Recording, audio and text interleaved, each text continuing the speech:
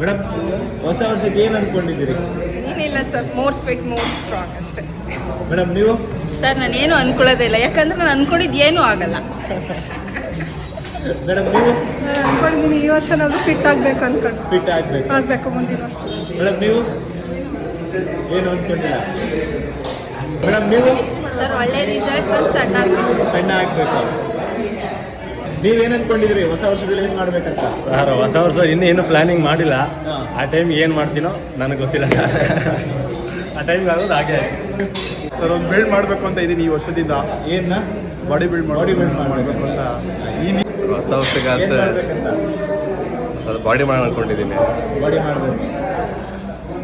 ಹೊಸ ಗಾಡಿ ತಗೋತಾ ಇದ್ದೀನಿ. ಹೊಸ ಗಾಡಿ. ಇಂಟರ್ನ್ಶಿಪ್ ಸೆಲೆಕ್ಟ್ ಆಗಿದೆ. ಇಂಜಿನಿಯರಿಂಗ್ ಆಲ್ಮೋಸ್ಟ್ ಮುಗಿತಾ ಇದೆ. ಜಾಬ್ ಒಳ್ಳೆ ಆಗಿದೆ. ಅಷ್ಟೇ, ಎಲ್ಲ ಒಳ್ಳೇದಾಗಲಿ ಅಂತ. ಒಳ್ಳೇದಾಗಲಿ. ಯಾರಲ್ಲಿ ಹೊಸ ವರ್ಷದ ಸರ್ 100 kg ಬೆಂಚ್ ಪ್ರೆಸ್ ಮಾಡಬೇಕು ಅಂತೀವಿ. 100 kg ಬೆಂಚ್ ಪ್ರೆಸ್. 2027 ಅಷ್ಟೊತ್ತಿಗೆ ಇನ್ನೊಂದು ಸ್ವಲ್ಪ ಚೇಂಜ್ ಆಗಿರಬೇಕು. ಜಿಮ್ ಬಂದು ಚೇಂಜ್ ಆಗಬೇಕು. ವೇಟ್ ಗೇನ್ ಆಗಬೇಕು ಇಯರ್ ಅಂತೇಳಿ ಜಿಮ್ಮಿಗೆ ಜಾಯ್ನ್ ಆಗಿದ್ದೀವಿ. ವೆಯ್ಟ್ ಗೈನ್ ಆಗಬೇಕು. ಅಲ್ಲೋ ನಿಮ್ದೇನು ಪ್ಲಾನು ಅಣ್ಣ? ನಿಮ್ದು ಹೊಸ ವರ್ಷ ಏನು ಆಸೆ, ಪ್ಲಾನು? ಮನಿ ಸಂಪಾದನೆ ಮಾಡಬೇಕು ಅನ್ನೋದು ಆಸೆ ಇದೆ. ದುಡ್ಡು ಸಂಪಾದನೆ ಮಾಡಿ. Yearly sir